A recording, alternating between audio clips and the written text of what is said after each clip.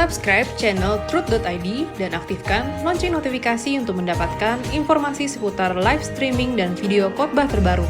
Posisi tombol subscribe berada di kanan atas channel kami dan jangan lupa nyalakan loncengnya.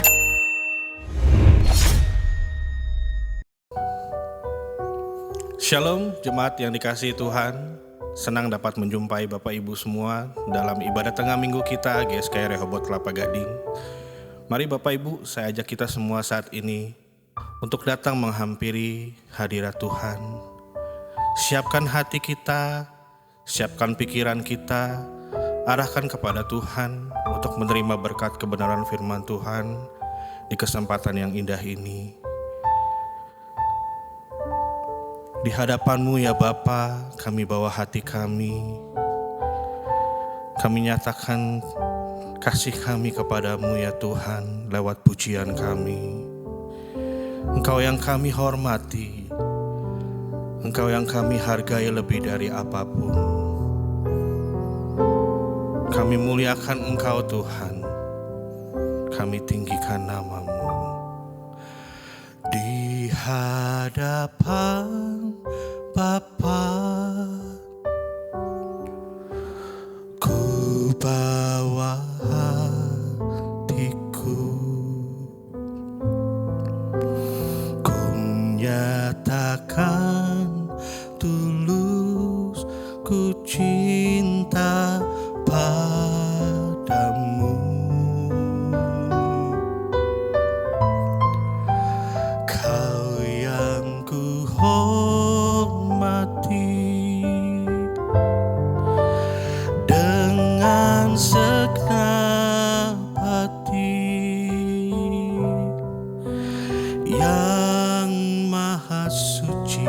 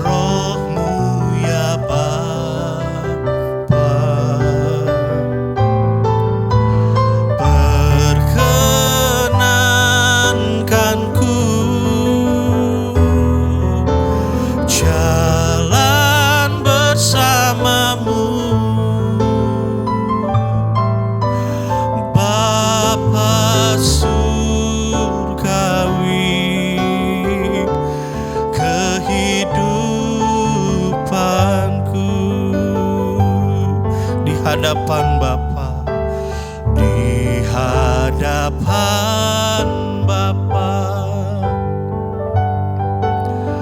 Ku bawa hatiku, ku nyatakan tulus ku cinta padamu.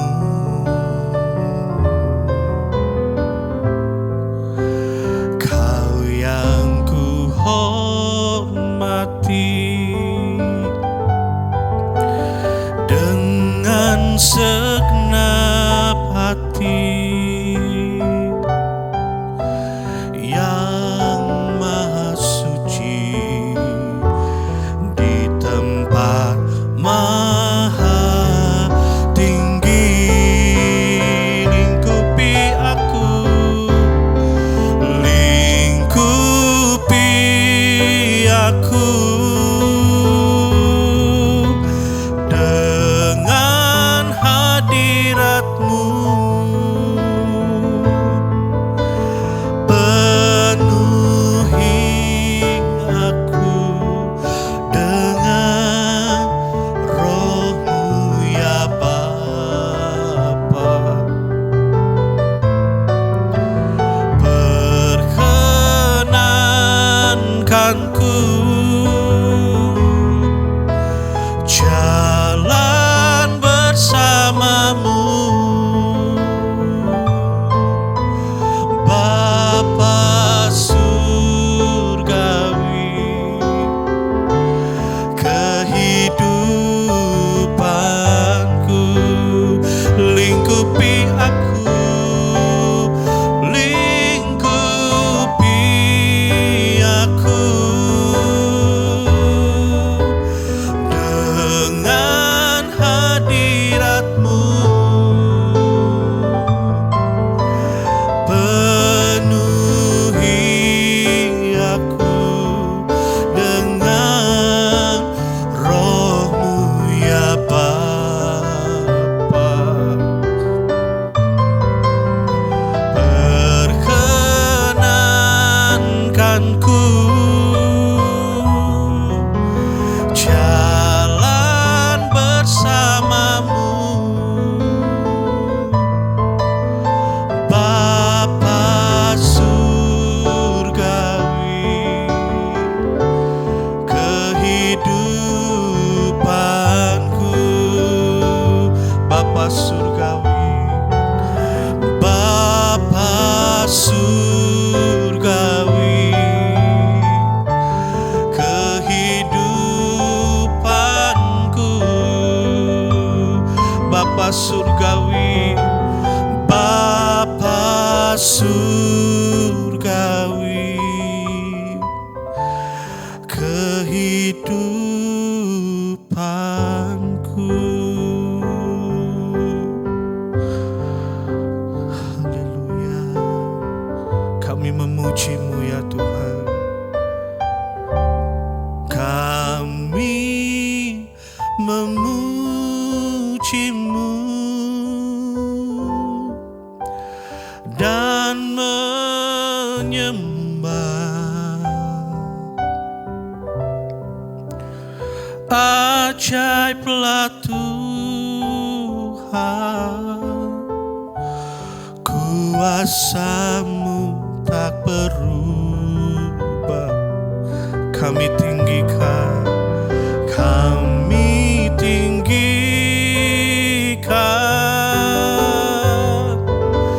kami muliakan. Kuduslah nama-Mu, terpujilah Tuhan. Kami memuji-Mu, kami memuji-Mu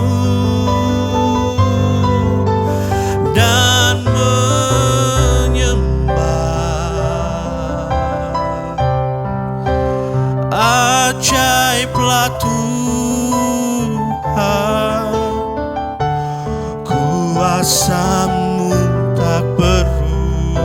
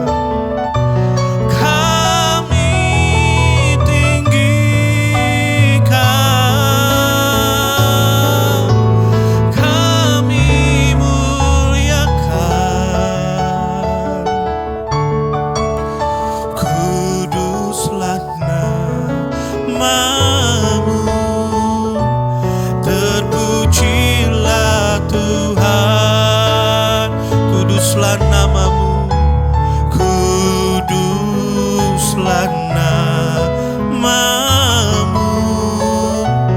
Terpujilah Tuhan, katakan kudus namamu, kuduslah namamu.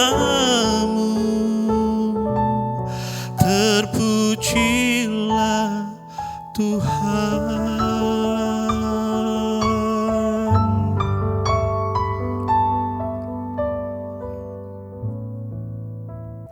Bapa di sorga, terima kasih Tuhan. Pimpin pertemuan ini jadi pertemuan yang penuh berkat bagi setiap kami. Berkat yang mengubahkan kami Tuhan. Dalam nama Tuhan Yesus kami bersyukur, kami berdoa. Amin.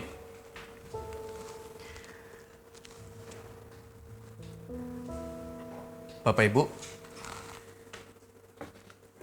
dan rekan-rekan sekalian, satu hari ada sebuah perjalanan yang mungkin bisa memberikan makna buat kita yang mendengarkannya. Seorang pemuda mencari jalan ke sebuah desa. Ia pemuda yang baik hati, tapi malangnya terlahir sangat sulit keadaan ekonominya. Ia sedang dalam perjalanan menuju sebuah desa. Di tengah perjalanannya, dia menemukan satu buah persimpangan.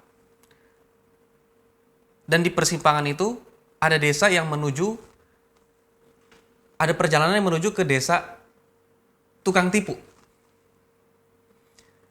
Desa tukang tipu itu seluruh isi masyarakatnya itu tukang tipu. Jadi hidup di situ pasti tidak nikmat. Kerja baik, nanti ujung-ujungnya dirampok. Di situ harus jadi penjahat kalau mau bertahan hidup. Pemuda ini tahu bahwa akhlak masyarakat di situ adalah mereka yang tinggal dari desa tukang tipu, semuanya pembohong. Tidak mungkin satu kali pun berkata benar. Dalam cerita perjalanan itu, di persimpangan itu terbagi ke dua jalan. Masalahnya tidak dikasih tahu mana yang desa tukang tipu, mana yang desa orang jujur. Yang biru ini desa orang jujur. Jadi ada dua persimpangan jalan. Pemuda ini bingung, mana yang desa orang tukang tipu, mana yang desa orang jujur. Desa orang jujur isinya orang-orang sederhana yang hidupnya jujur. Karena hidupnya jujur, maka desa di situ semuanya bekerja keras, saling peduli sama satu sama lain, lingkungan di situ dijaga, pokoknya semuanya bersih, pantainya indah, makanannya nikmat, murah-murah. Kalau desa tukang tipu, semuanya mahal. Kita bisa ngelihat nih, merah desa tukang tipu, biru desa jujur. Tapi waktu itu tidak kelihatan jelas, hanya ada satu persimpangan jalan yang ada dua jalurnya. Di tengah persimpangan itu ada dua orang laki-laki. Satu, si pemuda yang mencari jalan, yang satu lagi, satu warga desa yang entah warga desa yang mana. Di persimpangan itu ada dua orang laki-laki, akhirnya ngobrol. Pemuda ini nanya ke warga desa itu, dia tidak tahu ini warga desa tukang tipu atau warga desa jujur. Dia berpikir, kira-kira gimana ya caranya ya supaya dia bisa dianterin ke desa orang jujur. Akhirnya dia pakai kalimat pamungkas. Dia berpikir, dia tahu kalau desa orang tukang tipu, semua warganya pasti bohong. Kalau desa orang jujur, semua warganya pasti ngomong jujur. Jadi dia tanya gini, boleh gak tolongin saya, antar saya ke desa kamu? Kata si pemuda itu ke warga desa yang ada di tengah persimpangan. Ada satu pemuda dan ada satu warga desa. Jadi mereka berdua di persimpangan itu. Karena pemuda itu Berpikir, kalau itu warga desa tukang tipu, disuruh anterin ke desa dia. Dia kan tukang tipu. Nggak mungkin dia jujur nganterin ke desa dia sendiri. Karena dia tukang bohong, pasti dia anternya ke desa yang jujur. Tapi kalau itu warga desa orang jujur, nanti juga pasti dia anternya ke orang jujur. Kan ditanyanya, tolong anterin saya ke desa kamu. Jadi kemanapun atau siapapun orang yang dia tanyain, kalau dia tanyanya begitu, pasti dia datangnya ke desa orang jujur. Permasalahannya adalah dunia nyata itu tidak sesederhana cerita yang barusan kita dengar. Di cerita yang barusan kita dengar, seakan-akan orang jahat dan orang baik itu dibagi dengan ciri-ciri. Kalau orang baik dilambangkan warna biru, itu selalu melakukan kebaikan. Sedangkan kalau orang jahat selalu melakukan kejahatan. Yang membingungkan adalah gimana kalau peraturannya sedikit dirubah seperti kehidupan di dunia nyata. Orang baik selalu melakukan kebaikan. Dia tidak sesekali membunuh, dia tidak sesekali korupsi. Enggak, ya dia emang orang baik aja. Seperti kehidupan nyata. Kehidupan nyata yang namanya orang baik tidak sesekali membunuh, enggak. Sesekali menipu orang, enggak. Ya orang baik ya orang baik aja. Tapi ketika orang jahat, sesekali berkata jujur. Sesekali bisa bersedekah.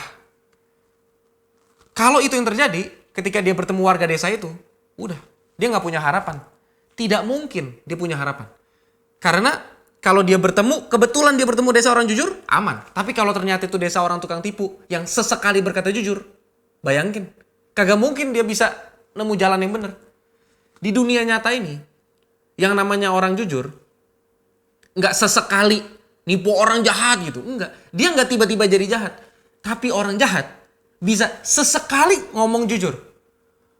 Tukang tipu bisa sesekali ngomong sesuatu yang benar. Oleh karena itu, kita tidak bisa dengan mudah gampang percaya sama orang. Satu pelajaran yang tidak diajarin di sekolah atau dimanapun adalah sebenarnya jangan percaya sama orang lain. Jangan mudah percaya. Kalau kita nggak mencermati dulu yang dia ngomongin apa. Karena nggak semua orang selalu berbohong atau selalu berkata jujur. Hari ini temanya kan tentang jalan. Di dalam dunia ada 4 jalan.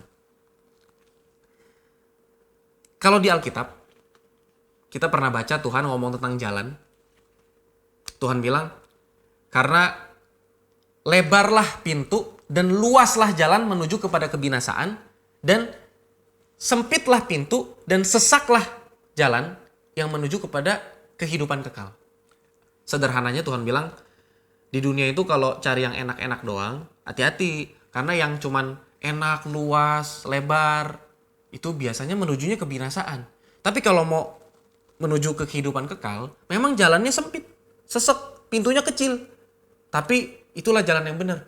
Tidak mudah buat dijalanin. Itu kisah sederhana dalam Alkitab. Tapi kan kehidupan tidak selalu sesederhana cerita. Itu kan ilustrasi supaya menggambarkan hidup jangan cuma mikir enak tok. Hidup pikir juga, mikir lebih jauh. Selain enak nih, ini baik gak? Ini bener gak?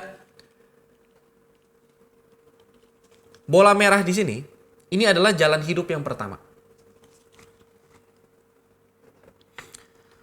Bola merah ini jalan hidup yang pertama. Jalan hidup yang warnanya menarik, seperti warna buah apel. Merah itu salah satu warna yang paling menarik. Percaya nggak percaya, hampir semua brand makanan, logonya itu ada warna merahnya. Karena warna merah itu meningkatkan detak jantung. Karena detak jantung meningkat, maka produksi air liur meningkat, bikin orang jadi lebih mudah lapar kalau ngelihat warna merah. Merah itu warna yang menarik. Ini melambangkan jalan yang pertama. Di dalam dunia ada 4 jalan. Jalan yang pertama kita sebut jalan kebinasaan. Jalan yang lebar yang Tuhan bilang di perumpamaan, ini jalan yang ditempuh sama sangat banyak orang. Sederhananya ciri-ciri jalan ini adalah sesuatu yang kita lakukan dalam hidup yang enak tapi tidak baik buat kita. Jalan yang merah ini adalah jalan yang enak, tapi tidak baik buat kita. Hampir semua dosa itu enak, tapi tidak baik buat kita.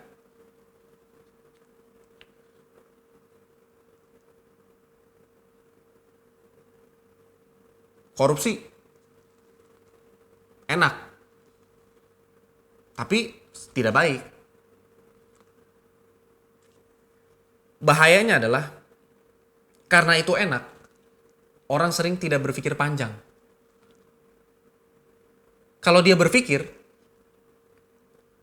maka enak nggak enak bisa belakangan. Tapi yang penting di kedepannya baik. Tapi karena seringnya orang tidak berpikir, maka gampang kebawa perasaan emosi enak nggak enak, nyaman nggak nyaman.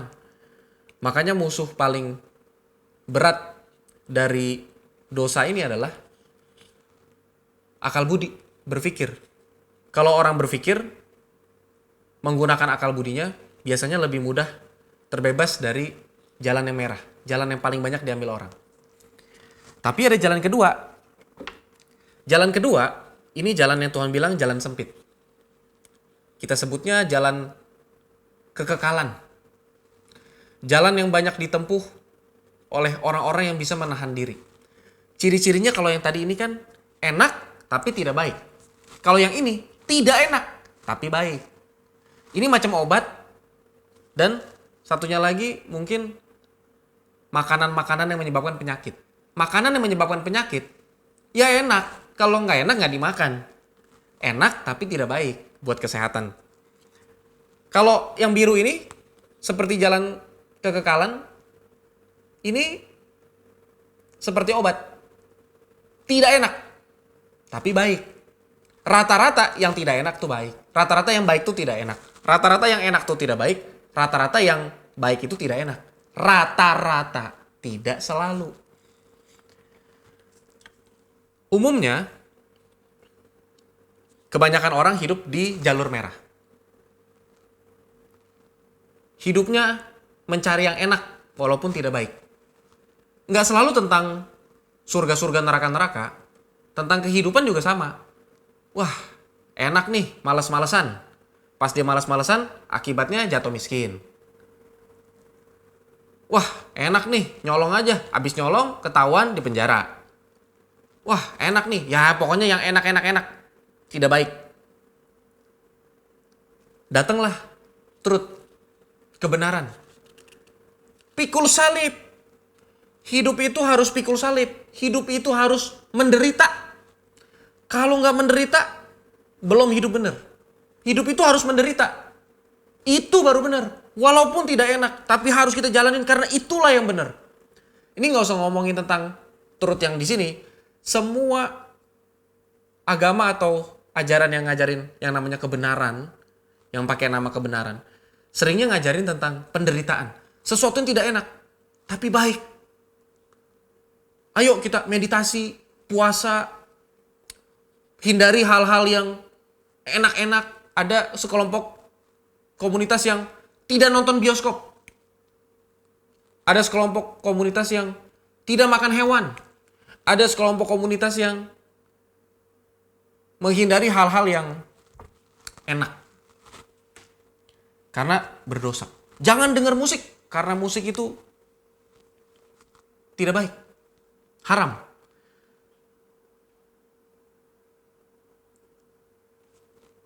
Kalau kita cuma mau ngelihat sekilas, bisa aja kita ngelihat dunia tuh hanya ada dua jalan ini aja. Jalan yang baik sama jalan yang jahat. Tapi ada jalan yang ketiga.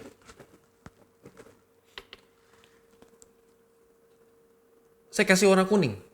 Melambangkan kotoran ayam. Supaya gampang diingat. Karena ini jalan yang paling menyedihkan. Ini jalan yang ketiga. Tidak enak, tidak baik. Sudah tidak enak, tidak baik. Seperti kotoran ayam. Buat tubuh manusia itu tidak enak dan tidak baik. Mungkin buat pupuk itu baik. Cuman buat tubuh manusia kotoran ayam itu tidak baik dan tidak enak. Makanya warna kuning ini. Ini jalan yang ketiga. Tidak enak, tidak baik.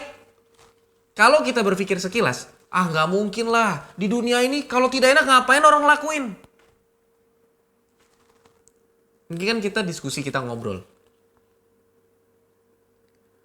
Apa benar ada yang tidak enak, tidak baik? Dilakuin lagi sama orang. Memang rata-rata yang enak itu tidak baik. Yang tidak enak itu baik rata-rata. Tapi tidak selalu. Ada nih hal-hal seperti ini. Tidak enak, tidak baik lagi. Contoh. Marah yang berlebihan. Lagi nyetir mobil. Wih, mobilnya disalip. Klasik, cerita klasik yang paling sering dikotbahin di Rehoboth. Waduh, mobilnya disalip. Langsung emosi. Kenapa Om Era sering ceritain itu? Karena itu adalah lambang dari jalan kuning ini. Kotoran ayam. Tidak enak, tidak baik. Orang kalau emosi, siapa sih yang menikmati emosi? Kalau kita sebutnya bludak gitu. Kepalanya udah kayak mau pecah. Dia emosi gitu. Nggak enak. Bahkan beberapa orang saking emosinya bisa sampai stroke. Pembuluh darahnya pecah. Waktu dia marah, dia keluar. Lu gimana sih? Gimana lu tahu nih mobil ini gimana? Dia udah mau pecah tuh pembuluh darah. Itu tidak enak buat dia, tidak baik juga hasilnya. Pas dia udah keluar, malu, mau berantem, mau ini, ternyata yang di dalamnya itu ada 4 orang baru keluar dari gym. Badannya berotot, langsung gak jadi dia. Iya, udah. Udah malu, sakit, gak enak. Tidak enak, tidak baik. Yang kayak begini kita pikir sedikit, banyak. Contoh lain, khawatir. Aduh, gimana ya? Saya kontrakan bulan depan habis nih, belum bayar lagi. Aduh, stres. Saya miskin, saya nggak punya duit, saya stres. Dia minum, dia mabok. Buat ngilangin stres. Karena dia mabok, dia nggak bisa kerja lah. Besoknya bangunnya mabok, pusing kepala. Aduh, nggak punya duit lagi nih. Yang gimana nggak punya duit? Orang gak ada kerjaan. Gimana bisa dapat kerjaan orang mabok? Abis selesai mabok, nggak ada kerjaan lagi. Aduh, stres nih. Nggak punya duit, besok gimana ini ya? Atau kalau masih zaman sekolah. Waduh, ini ujian banyak banget tugasnya ya. Waduh, ini banyak nih. Gila, setumpuk begini gimana cara belajarnya ya? Aduh, ujian mana panjang, aduh gimana ini ya? Aduh pusing nih, aduh gimana sih? Aduh besok gimana nih ujiannya, minggu depan gimana nih gini. Sampai hari H kagak dibaca itu. Orang yang stres gara-gara hidupnya miskin, kagak punya duit. Kagak kerja-kerja. Karena stres. Enaknya apa sih stres? Kagak ada. Baiknya apa? Kagak ada juga. Lah terus kenapa orang lakuin? Udah kagak enak, kagak baik juga. Kita nggak berusaha. Kan seperti biasa. Ini khotbah ke-6 di Turut ID kalau nggak salah. Setiap khotbah nggak pernah khotbah. Saya kalau khotbah tuh kayak diskusi aja, ngobrol. Jadi nggak berusaha mencari solusi, hanya berusaha kita coba aja analisa masalahnya. Kalau orang ngelakuin yang enak tapi tidak baik, kita bisa bilang wajar dah. Enak, nggak baik, ya udah wajar. Orang ngelakuin yang tidak enak tapi baik, wajar. Tapi betapa konyolnya orang yang hidupnya banyakan bola kuningnya.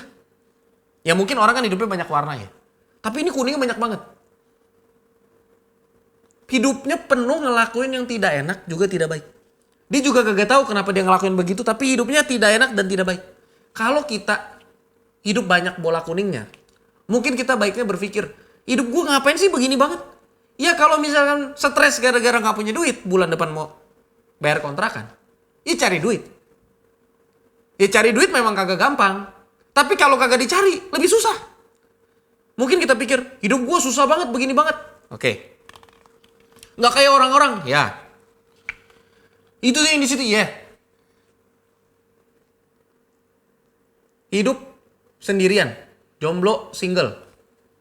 Susah. Susah. Hidup sendirian itu susah. Pas lagi sedih, cerita sama siapa? Kalau ngadepin masalah, siapa yang mau bantuin? Ya kan ada orang tua. Beda lah orang tua. Cerita sama pasangan hidup lebih kayak ada yang dengerin gitu. Terus kayak jalanin hidup juga gak sendirian. Yang lain bisa punya perasaan, nyatain cinta, diperhatiin. Saya sepi, hidupnya sepi. Nggak ada yang perhatiin saya. Susah hidup sendirian itu. Hidup menikah. Susah. Hidup sendirian susah. Hidup menikah emang gampang. Hidup menikah itu juga susah. Mungkin banyak orang menikah pikir, duh tahu hidup begini gue gak nikah kali ya kemarin. Aduh tahu hidup begini gue nikahnya 10 tahun lagi aja ya. Aduh tahu begini gue gak nikah sama dia. Aduh tahu begini. Hidup menikah juga susah. Waduh. Bro, ayo ngumpul lagi main Tamiya. Tamiya. Boro-boro. Ini baru jam 5.30. Udah harus balik nih. Udah dicariin sama istri. Ayo arisan lagi. Aduh gak bisa arisan. Soalnya harus siapin makan buat suami. Nikah juga gak enak. Tanya sama orang yang nikah. Apakah nikah lebih enak daripada sendirian? Semuanya kagak enak. Orang nikah gak punya anak. Gak enak. Ngelihat ada anak bayi digendong-gendong. Mikirnya, kapan ya saya punya anak? Pengen gitu punya anak. Kayak saya tapi versi kecil. Bisa saya gendong-gendong lucu. Wanginya enak. Nikah tidak punya anak itu tidak enak. Hidup kok sepi. Nanti sampai tua siapa yang temenin saya ya? Apa kita bayi tabung? Apa kita angkat anak? Apa kita gimana ya? Ngapain ya saya ya? Saya siapa yang nerusin semua ini gitu? Nikah punya anak. Kagak enak juga. Gimana ntar kalau anak saya terlibat narkoba? Gimana ntar ya kalau anak perempuan saya tiba-tiba udah punya pacar? Padahal umurnya baru 2 bulan. Nanti kalau punya pacar, pacarnya datang ke rumah saya bakal apain ya? Udah curiga nih, udah pusing. Gimana ntar anak saya ya? Sekolahnya bisa gak ada yang ngikutin? Dia dibully gak ya di sekolah ya? Aduh gimana nih anak saya ke depan ya?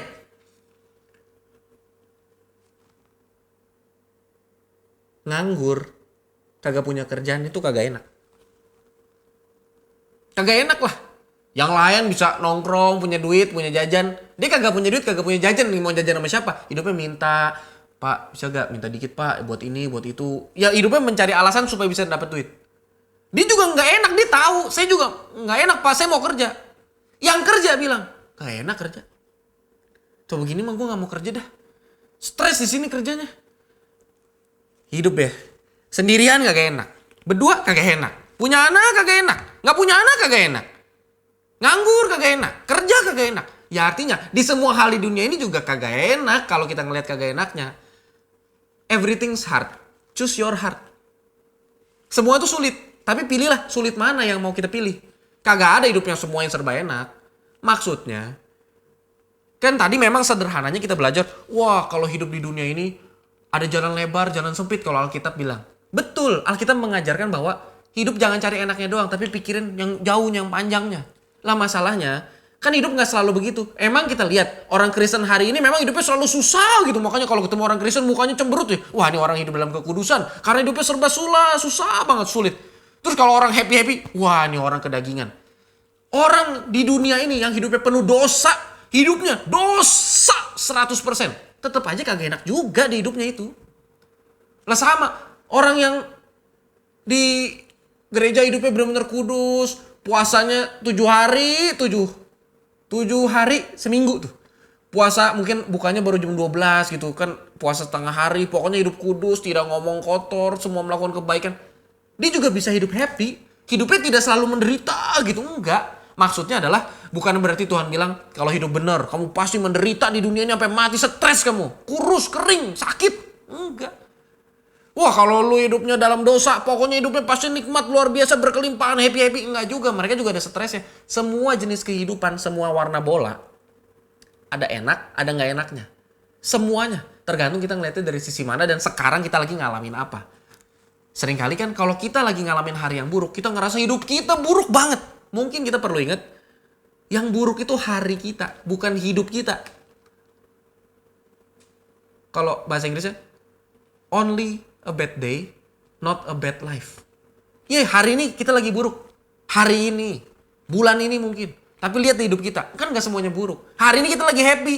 Iya, tapi kan gak selalu happy. Hidup kan begitu. Ntar happy, ntar buruk. Jangan fokus ke satu titik doang. Tapi betapa konyolnya, kalau udah tahu hidup begitu, kita milih ngelakuin yang kuning. Yang sudah tidak enak, Tidak baik juga. Yang tadi tuh, khawatir lah.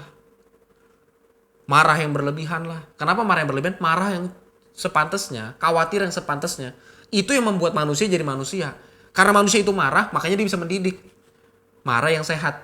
Padam amarahnya sebelum matahari terbenam dan tidak merugikan orang lain dari kemarahannya. Khawatir. Kalau bentuk positifnya jadi waspada. Ya pastilah orang yang khawatir yang pada porsinya yang namanya waspada, ya pasti mikir bulan depan saya harus rencana nih. Saya harus nabung buat bayar kontrakan tahun depan. Berarti nabung harus setiap bulan segini. Berarti saya nggak boleh jajan ini kebanyakan. Berarti saya nggak boleh begini. Itu waspada. Tapi kalau berlebihan, duh bagaimana nih ya? Duh tahun depan saya bagaimana ini ya? Saya hidup bagaimana nih? Sampai kapan saya bisa begini? Gimana ntar kalau saya begini? Gimana ya kalau begini? Oke, 3 warna bola. Tapi katanya di dalam dunia ada 4 jalan. Kalau di dalam dunia ada 4 jalan, kenapa kita hanya berpikir ada 3 doang? Memang ada hidup yang enak tapi tidak baik. Ada hidup yang tidak enak tapi baik. Ada hidup yang tidak enak, tidak baik pula. Tapi kenapa sih nggak kita coba pikir di dunia ini ada juga loh hidup yang enak tapi baik. Enak tapi baik juga. Ini tuh sesuatu yang tidak penting untuk didengar sama orang-orang yang hidupnya masih pakai teologi kemakmuran yang wah pokoknya hidup tuh harus happy kaya raya. Ya maksudnya gini, kalau orang Truth atau Rehoboth yang GSKI yang suka dengernya tentang hidup dalam penderitaan dan segala macam juga bukannya hidupnya miskin semua, nggak begitu kan. Ya hidup dalam teologi kemakmuran juga kagak semuanya kaya raya. Cuman kalau orang yang hidupnya pikiran cuman tentang kaya raya, biasanya nggak peduli tentang yang baik dan enak. Karena menurut mereka semua itu enak, harus enak pokoknya. Tapi buat kita yang sering dengar di GSKI, Truth, Rehoboth dan segala macam tentang kebenaran, mungkin kita mikir, boleh gak sih sebenarnya saya itu hidup enak? Nah ternyata ada jalan ini, bola hijau ini, yang enak tapi juga baik. Nih, sederhana dah. Orang Indonesia tidak suka membaca. Jadi rata-rata orang Indonesia bilang, baca Alkitab tuh tidak enak. Tapi kan ada nonton. Emang kita kagak bisa nonton? Orang Indonesia suka banget nonton. Kita suka nonton. Kalau kita tidak suka baca, kenapa kita tidak nonton kebenaran? Ya nonton khotbah kek. Atau nonton film rohani, ada film judulnya The Chosen, yang terpilih, The Chosen. Itu film tentang Alkitab. Kalau nonton itu udah kayak baca Alkitab. Seru, menarik, memberkati. Itu kenapa kita kagak nonton? Artinya, kalau hidup itu ada berbagai warna, coba cari juga lah warna hijau yang enak, tapi juga baik. Sangat banyak hal. Hobi-hobi. Ada orang yang hobi olahraga. Suka dia emang olahraga. Nyehatin tubuh, jernihin pikiran. Itu kenapa gak dilakuin? Hidup itu gak semerta-merta cuman tentang binasa dan hidup kekal. Baca Alkitab sampai stres lu. Waduh, atau ke diskotik happy-happy. Gak se-ekstrem itu juga. Ada jalan-jalan lain. Tapi masalah dari tadi kan kita ngomongin tentang enak, gak enak. Kalau misalkan kita ngomongnya tentang baik gak baik, standarnya kita adalah Alkitab kebenaran. Kita bilang, oh ya ini baik, oh ya ini gak baik. Karena Tuhan bilang ini tidak baik, karena ini merugikan sesama, ini merugikan kita, ini tidak baik, dan segala macam. Sekarang masalahnya, kalau kita bilang enak gak enak, apa itu enak gak enak? Kan tadi kita ngomong, yang satu enak, yang satu gak enak gak enak. Enak itu apa? Enak dan cantik tuh mirip-mirip. Enak itu apa ya? Durian enak gak? Buat yang suka durian mah enak. Buat yang kagak suka durian, kagak enak. Bro, nyiumannya gak enak. Badminton enak gak? Buat yang suka badminton, enak. Buat yang gak suka, gak enak gak mau ah. Ya itu namanya selera. Kalau Om Eras kan khotbah, jadi acuan kebenaran nih. Dengan pembicara-pembicara lainnya jadiin khotbah tuh acuan kebenaran. Nah, porsi saya adalah nganalisa pakai bahasa-bahasa yang lebih ibu-ibu supaya bisa dimengerti untuk kalangan yang mungkin kadang-kadang suka susah mengerti khotbah-khotbah yang umumnya. Kalau kita bilang enak nggak enak, ya itu kan tergantung selera. Jadi jauh lebih berbahaya bukan hidup dalam dosa, tapi hidup dalam kebenaran. Dengan seleranya semuanya yang enak itu adalah dosa. Jadi hidup dia harus menderita supaya hidup benar. Itu kan jenis tipuan iblis. Siapa yang bisa tahan hidup terus dalam kebenaran kalau yang enak buat dia semuanya dosa? Kebayang nggak? Kita kayak lagi ngerangkeng zombie yang suka makan darah. Dia carinya darah, mau makan orang, tapi dia dikerangkeng sama besi. Ya, saya harus menahan diri saya supaya tidak ini. Kenapa sih hidup harus begitu banget? Kenapa nggak ada jalan di mana memang selera yang kita bilang enak, yang kita bilang mantep, ya itu baik gitu, kagak dosa. Kenapa hidup tuh kita diarahin sama setan? Ya setan cara paling gampang bikin orang berdosa bukan suruh dia bikin dosa, tapi bikin dia bilang yang namanya dosa itu enak, yang namanya dosa itu keren, yang namanya dosa itu hebat. Kalau yang namanya dosa itu enak, hebat, dan keren, dan enak, kagak usah disuruh, ntar dia ngelakuin sendiri. Berarti kalau iblis pakai cara itu, kenapa kita nggak berpikir mungkin kita ke diri kita atau mendidik anak kita atau adik kita bisa pakai cara yang sama? Jangan paksa orang ngelakuin kebenaran. Bikin aja kebenaran. Itu jadi sesuatu yang enak, yang hebat, yang keren, yang mantep. Ya orang nanti juga ngelakuin dengan sendirinya. Kalau orang udah kagak suka baca Alkitab, ya kagak usah dipaksa buat baca Alkitab. Aturannya kan bukan tentang baca Alkitab. Aturannya adalah tentang mengerti kebenaran. Ya kalau kita maksa dia baca Alkitab, nanti di otak dia, ya memang kan, agama-agama tuh kagak enak. Apa-apa disuruh-suruh yang kagak enak, dipaksa. Padahal kan ada banyak cara gitu. Kenapa nggak suruh dia, nonton nih punya film seru nih. Apa nih, tonton nih, The Chosen. Wih, seru banget ya, nggak kayak yang kita bayangin. Iyalah, dibayangkan orang kalau nonton film rohani. Wah, filmnya itu harus kayak drama gereja gitu, yang kayak bosan. Kita udah tahu nih ntar kalimatnya habis ini ke sini. Kenapa sih nggak pakai gambaran yang lebih sederhana gitu? Jadi ada banyak cara untuk jalanin hidup. Nggak cuma tentang yang dosa dan enak ataupun kebenaran yang harus tidak enak. Betul, pada banyak kesempatan ngelakuin kebenaran itu rata-rata pasti tidak enak. Tapi ada banyak hal yang bisa kita lihat, yang bisa kita ubah dari yang tidak enak jadi enak, tapi masih sama-sama baik. Kalau tentang selera tadi, selera itu dibangun dari kecil. Ini sepatu anak kecil. Selera itu dibangun dari kecil. Ada orang bilang, saya paling suka pare. Karena orang tuanya, papanya demen pare. Mamanya demen pare. Tante, om semua makan pare. Dari kecil dia suka disuruh makan pare. Ya sampai gedenya dia suka makan pare. Pare itu enak. Kalau makan somai harus pakai pare. Itu baru enak. Dari anak kecil, kalau dia tidak suka pare, kemungkinan besar karena papanya nggak suka pare, mamanya nggak suka pare, nggak ada yang pernah ngasih dia makan pare. Terus tiba-tiba disuruh makan pare. Ya kagak enak, ini makanan apaan pahit begini. Maksudnya adalah, orang bilang enak nggak enak, biasanya itu gara-gara keluarga dan lingkungan sekitarnya bilang apa. Ya kalau buat keluarganya itu enak, dari kecil dijajalin duren. Lama-lama, ya enak, gue demen banget duren. Tapi kalau dari kecil, mamanya nggak makan duren, papanya anti sama duren. Ya gedenya kemungkinan besar dia kagak suka duren. Artinya, betapa besar pengaruh kita ke orang-orang di sekitar kita buat bikin selera yang positif buat dia. Jauh lebih baik dan membangun adalah bukan hidup dalam kebenaran, tapi selera kita menyukai apa yang benar.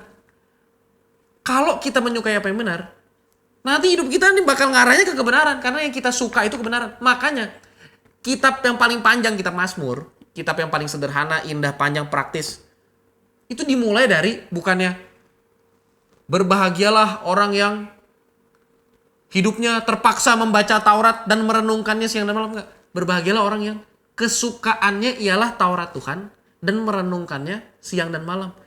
Kesukaannya ialah Taurat Tuhan. Kalau kesukaannya Taurat Tuhan atau kebenaran, ya hidupnya pasti berbahagia. Karena dia bukan hanya akan hidup dalam kebenaran, tapi dia akan mencintai hidup dalam kebenaran. Kagak perlu disuruh-suruh, kagak perlu dipaksa, dan hidup dalam kebenaran tuh bukan pikul salib buat dia. Bukan menyangkal diri, karena memang dari kecil dia demennya baca Alkitab. Lah gimana bisa dari kecil demen baca Alkitab sampai gede demen baca Alkitab kalau dari kecil orang tuanya juga kagak suka baca Alkitab. Papanya bilang, baca kitab lo biar hidup bener. Dianya juga kagak baca Alkitab. Mamanya juga kagak baca Alkitab. Ya wajar. Mamanya suka baca buku. Bikin klub buku. Terus anaknya cemerlang. Ya biasa itu. Karena kita bilang, itulah apa yang orang tuanya tabur, itu yang jadi dituai. Ya kalau orang tuanya juga kagak demen baca, terus suruh anak baca lo biar kehidupan lo bagus. Ya kagak bisa, anak itu juga kan butuh motivasi. Kalau dia ternyata akhirnya bergaul sama teman-teman yang positif, yang bisa ngasih dia dampak positif, ya bisa jadi satu hari dia lebih baik dari orang tuanya. Tapi berapa banyak yang begitu? Berapa banyak yang malah jadi jauh lebih buruk? Jadi, oleh karena itu, kesimpulan dari diskusi hari ini adalah ada yang lebih penting daripada hidup dalam kebenaran, yaitu mencintai kebenaran. Kalau kita cinta apa yang benar, dimulai dari hal-hal kecil.